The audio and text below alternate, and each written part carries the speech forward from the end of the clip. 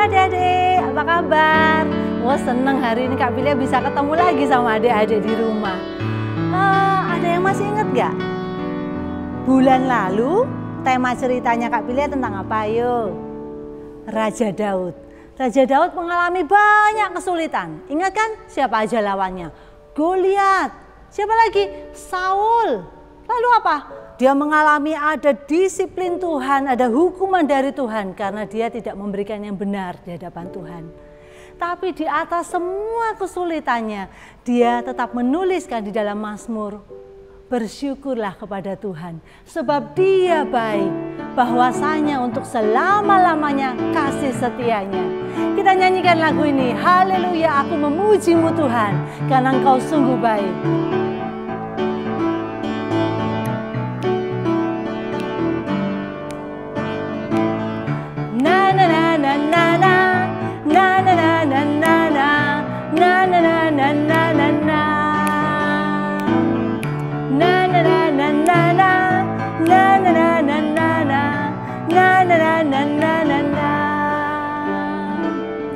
Haleluya, ku memujimu Tuhan karena kasih-Mu tak berkesudahan.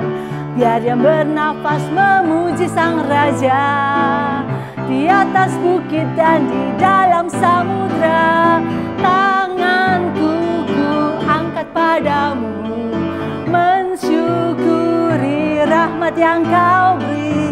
Kakiku melompat bagimu, sebab rahmat-Mu baru setiap pagi. Bersyukurlah, bersyukurlah kepada Tuhan, sebab Dia baik, sebab Dia baik, bahwasanya untuk selamanya kasih setianya, kasih setianya. Na na na na na na na na na na na na na na na na na na. Sekali lagi. Na na na na na na na na na na na na na na na na na na. Haleluya, haleluya, ku memujimu Tuhan karena kasih-Mu tak berkesudahan. Biar yang bernafas memuji Sang Raja di atas bukit dan di dalam samudra. Tanganku ku angkat padamu, mensyukuri rahmat yang Kau beri. Kakiku melompat bagimu, sebab rahmat-Mu baru setiap pagi. Bersyukurlah, bersyukurlah kepada Tuhan, sebab Dia baik, sebab Dia baik, bahwasanya untuk selamanya kasih setianya, kasih setianya. Na na na na na na na na na na na na na na na na na.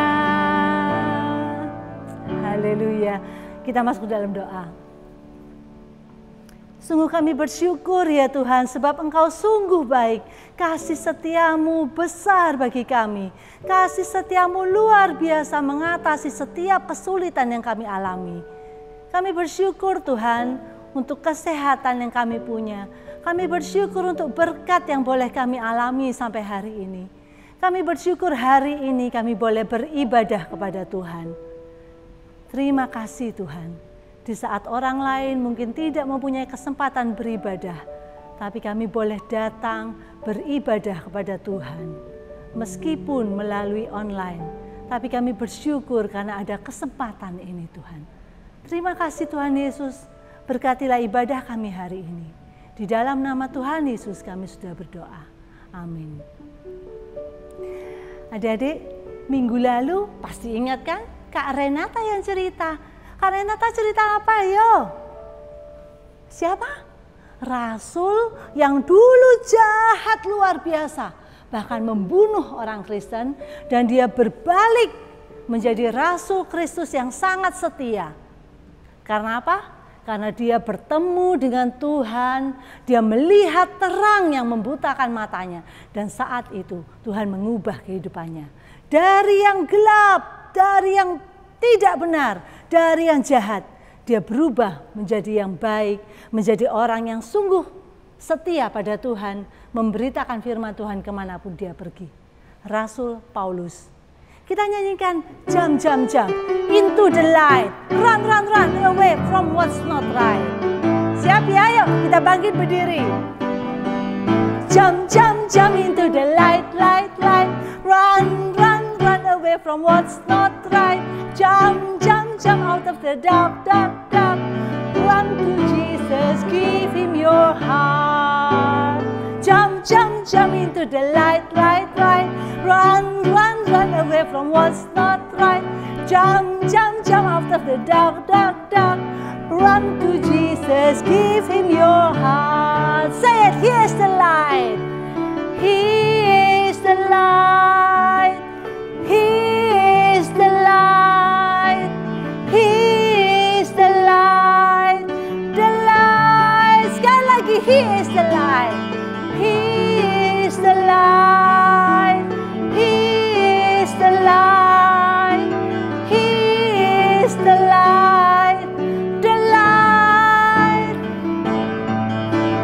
Jump, jump, jump into the light, light, light. Run, run, run away from what's not right. Jump, jump, jump out of the dark, dark, dark. Run to Jesus, give him your heart. Wah, kalau seperti Paulus ya, dia sudah meninggalkan kehidupannya yang penuh dosa, yang jahat itu. Dan dia berbalik mengikut Kristus dengan setia. Kira-kira kehidupannya Paulus enak gak ya? Setelah dari yang jahat, dia berbalik jadi yang baik. Kira-kira hidupnya itu mulus. Hidupnya itu tidak ada kesulitan. Hidupnya itu kira-kira gimana ya? Penuh berkat Tuhan. Seperti itu? Kak Lia akan pasangkan sebuah video. Kita sama-sama saksikan video ini. Kami menyusur tepi sungai dan menemukan tempat sembahyang Yahudi. Kami bertemu dengan seorang hamba perempuan. Ia mengikuti Paulus dan kami dari belakang sambil berseru. Katanya, "Orang-orang ini adalah hamba Allah yang maha tinggi. Mereka memberitakan kepadamu jalan kepada keselamatan." hal itu dilakukannya beberapa hari lamanya. Tetapi ketika Paulus tidak tahan lagi akan gangguan itu, ia berpaling dan berkata kepada roh itu, "Demi nama Yesus Kristus, aku menyuruh engkau keluar dari perempuan ini." Seketika itu juga keluarlah roh itu, yang mempunyai roh tenung. Dengan tenungan-tenungannya, tuan-tuannya memperoleh penghasilan besar. Ketika tuan-tuan perempuan itu melihat bahwa harapan mereka akan mendapat penghasilan lenyap, mereka menangkap Paulus dan Silas, lalu menyeret mereka ke pasar untuk menghadap penguasa. Setelah mereka membawa keduanya menghadap pembesar-pembesar kota itu, berkatalah mereka. Katanya, "Orang-orang ini mengacau kota kita ini karena mereka orang Yahudi." Setelah mereka berkali-kali didera, mereka dilemparkan ke dalam penjara. Kepala penjara diperintahkan untuk menjaga mereka dengan sungguh-sungguh. Kepala penjara memasukkan mereka ke ruang penjara yang paling tengah dan membelenggu kaki mereka dalam pasungan yang kuat. Tetapi kira-kira tengah malam Paulus dan Silas berdoa dan menyanyikan pujian-pujian kepada Allah, dan orang-orang hukuman lain mendengarkan mereka. Akan tetapi terjadilah gempa bumi yang hebat, sehingga sendi-sendi penjara itu goyah. Dan seketika itu juga terbukalah semua pintu dan terlepaslah belenggu mereka semua. Ketika kepala penjara itu terjaga dari tidurnya, dan melihat pintu-pintu penjara terbuka. Ia menghunus pedangnya hendak membunuh diri karena ia menyangka bahwa orang-orang hukuman itu telah melarikan diri. Tetapi Paulus berseru dengan suara nyaring, "Jangan celakakan dirimu, sebab kami semuanya masih ada di sini." Kepala penjara itu menyuruh membawa sulung, lalu berlari masuk dan dengan gemetar ia mengantar mereka keluar sambil berkata, "Tuan, apakah yang harus aku perbuat supaya aku selamat?" Jawab mereka, "Percayalah kepada Tuhan Yesus Kristus dan engkau akan selamat, engkau dan seisi rumahmu." Adik-adik, kita sudah melihat video yang tadi kan? Apa yang terjadi pada Paulus dan Silas? Waktu itu mereka ada di kota Filipi. Cerita ini Kak Pilih ambil dari Kisah Para Rasul pasal yang ke-16 ayat 19 sampai ayat 40. Cerita tentang Paulus dan Silas di kota Filipi. Mereka melakukan hal yang baik. Apa hal yang baik itu? Mengusir setan dari seorang hamba perempuan. Mengusir roh jahat dari dalam tubuh hamba perempuan itu. Kira-kira itu hal yang baik atau hal yang tidak baik? Coba kita bayangkan. Kalau misalnya dalam tubuh seseorang ada roh-roh jahat, maka yang dia lakukan, apakah dia bisa lakukan yang baik? Tidak. Semua yang dia lakukan adalah hal-hal yang jahat, hal-hal yang tidak berkenan pada Tuhan. Dan Paulus melakukan hal yang baik dengan mengusir roh jahat itu dari tubuh perempuan itu. Tapi niat yang baik, perbuatan baik yang dilakukan oleh Paulus, apakah mendapat hasil yang baik? Kalau adik-adik lihat tadi, apa yang terjadi pada Paulus? Orang-orang marah pada Paulus dan Silas. Dan bahkan bukan cuma marah, mereka memukuli Paulus dan Silas, menyiksanya berkali-kali. Dikatakan di Alkitab mereka didera berkali-kali. Bukan cuma sampai dipukuli aja, tapi hal-hal yang buruk terus berlanjut pada Paulus dan Silas. Mereka dimasukkan ke dalam penjara. Enak di penjara. Kalau mungkin penjaranya seperti apartemen gitu mungkin enak ya, ada TV, ada spring bed, kasurnya enak, makan enak. Tapi tidak pada Paulus dan Silas. Penjara yang mereka alami penjara yang paling parah. Jadi mereka dimasukkan dalam penjara yang paling dalam, penjara yang sudah nggak mungkin ada jalan keluar. Dengan penjagaan yang paling ketat, semua penjaga di sekitar mereka, kaki dan tangan mereka dipasung dengan kayu, tidak ada harapan bagi mereka untuk melarikan diri. Dalam kondisi tubuh yang sangat sakit setelah dipukuli, setelah disiksa, mereka masih harus mengalami penjara yang luar biasa tidak enak. Gara-gara apa? Gara-gara melakukan hal yang baik. Bukan gara-gara mereka jahat, tapi gara-gara mereka melakukan hal yang baik. Mungkin adik-adik pernah seperti itu ya. Hal yang baik yang kita lakukan, niat yang baik, tapi dianggap orang salah paham pada kita. Mungkin aku sudah melakukan yang terbaik, tapi orang merasa kamu salah. Kamu tidak melakukan yang benar. Wah, kalau seperti itu gimana? Kecewa ya. Aku sudah lakukan yang terbaik, mama salah paham, guruku tidak mengerti, temanku tidak mau tahu. Tapi Paulus dan Silas tidak merasa kecewa pada Tuhan. Mereka tidak terus menggerutu, aduh tahu gini tadi biarin aja itu hamba perempuan, biar aja ada roh jahat. Tidak.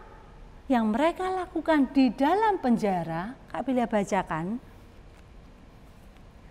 Kira-kira tengah malam, Paulus dan Silas berdoa dan menyanyikan puji-pujian kepada Allah. Dan orang-orang hukuman lain mendengarkan mereka. Bayangkan Di tengah-tengah segala kesulitannya, gara-gara melakukan hal yang baik nih, mereka tidak menggerutu, tidak bersungut-sungut, tidak marah-marah. Tapi mereka malah berdoa, memuji Tuhan, bersyukur sama Tuhan.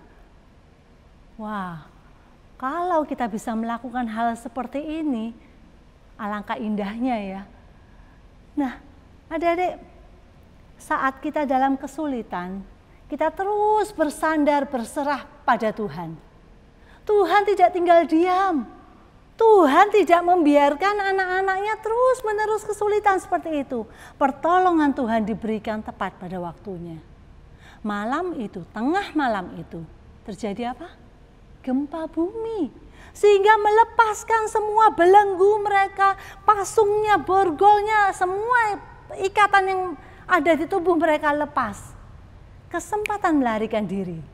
Ya, tapi tidak buat Paulus dan Silas dan banyak orang yang sudah mendengarkan mereka di sana. Paulus dan Silas dan semua tahanan yang lain tetap ada di tempatnya. Sehingga kita melihat tadi waktu si kepala penjara mau membunuh dirinya karena takut orang-orang ini sudah melarikan diri, mereka menghentikannya. Jangan bunuh dirimu, Pak. Kami masih ada di sini. Sehingga hidup mereka menjadi kesaksian bagi kepala penjara ini. Sehingga melalui peristiwa itu kepala penjara itu bisa melihat, loh kenapa Paulus dan Silas kok tidak lari ya? Apa yang terjadi? Ada apa dengan mereka? Dan dia ingin tahu tentang Tuhan Yesus yang mereka percayai itu. Si kepala penjara akhirnya mendengar cerita tentang Tuhan Yesus. Dia mendengarkan Injil itu. Dia dan seisi rumahnya. Mereka semua menjadi percaya kepada Tuhan. Kak Bila bacakan, pada jam itu juga, kepala penjara itu membawa mereka dan membasuh bilur mereka. Dan seketika itu juga ia dan keluarganya memberi diri dibaptis. Karena mereka mendengar firman Tuhan. Tuhan bekerja dalam diri kepala penjara dan keluarganya itu. Sehingga mereka menjadi percaya pada Tuhan dan dibaptis. Adik-adik, kadang kita nggak tahu Tuhan kenapa begini ya. Tuhan, kenapa hal-hal yang buruk terjadi pada hidupku? Kenapa ada corona? Kenapa ada home learning, kenapa ada banyak-banyak masalah dalam hidup ini? Tapi adik-adik, ada rencana Tuhan di akhirnya yang kita nggak tahu. Kepala penjara dan keluarganya menjadi percaya kepada Tuhan. Karena apa? Karena kesulitan-kesulitan yang dialami oleh Paulus dan Silas dan mereka terus hidup bersandar pada Tuhan. Akhirnya itu membuat rencana Tuhan terlaksana, yaitu menyelamatkan kepala penjara dan seisi rumahnya. Ada sebuah gambar, coba kita lihat gambarnya. Gambar apa ini? Sebuah lingkaran warna coklat yang nggak ada apa-apanya, cuma sebuah lingkaran yang mungkin jelek, nggak berarti, tidak ada indah-indahnya. Tapi adik-adik lihat, di tangan seorang pelukis, lingkaran yang warna coklat jelek yang tidak indah itu akan menjadi gambar seperti ini. Gambar apa? Bunga matahari yang indah. Di tangan Tuhan, hidup kita yang kelihatannya sulit ini, kelihatannya aduh tidak ada indah-indahnya. Tapi ada satu yang indah di akhir hidupnya. Ada satu yang indah di rencana Tuhan. Pelukis itu membuat gambar bunga matahari yang indah. Tuhan kita punya rencana yang luar biasa dalam hidup kita.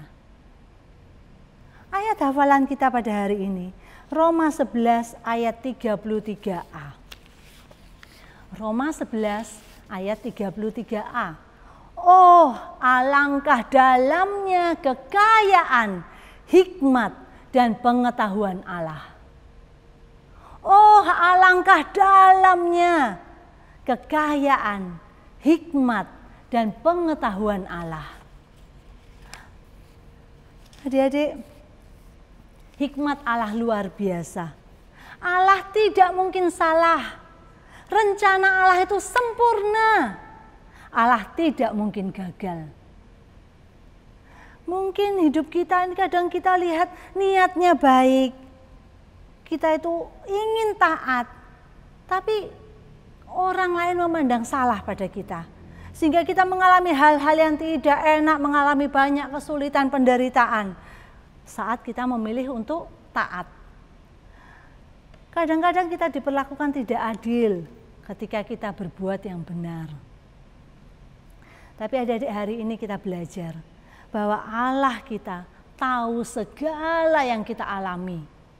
Allah kita mengubah tantangan menjadi kesempatan. Untuk apa? Untuk mewujudkan rencananya. Mewujudkan ada rancangan Tuhan yang paling indah yang mungkin saat ini kita belum tahu. Hidup kita di tangan Tuhan. Hidup kita dibawa Tuhan pada rencananya yang indah. Adik-adik, kita memberikan bejana untuk Tuhan sebagai rasa syukur kita. Tekad kita, Tuhan, aku juga mau menjadi bejana, isi aku untuk dipakai menjadi kemuliaan bagi nama Tuhan. Dari semula Tuhan telah tetapkan kita menjadi alatnya yang terbaik, menjadi rancangannya yang paling indah. Semua baik.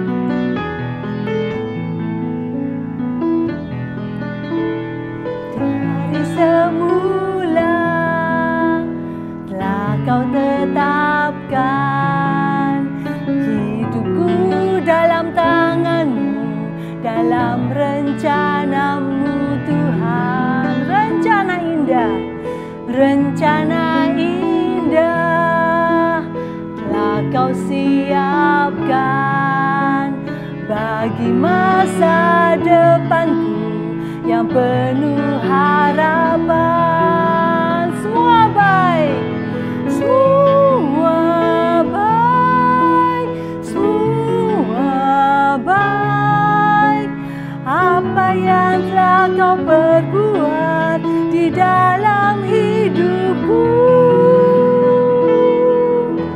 semua baik, sungguh teramat baik. Kau jadikan hidupku berarti dari semula. Dari semula telah Kau tetapkan hidupku dalam tangan-Mu, dalam rencana-Mu Tuhan. Rencana indah telah Kau siapkan bagi masa depanku yang penuh harapan. Semua baik, semua baik. Apa yang telah Kau perbuat di dalam hidupku, semua baik, sungguh teramat baik. Kau jadikan hidupku berarti. Kau jadikan hidupku berarti.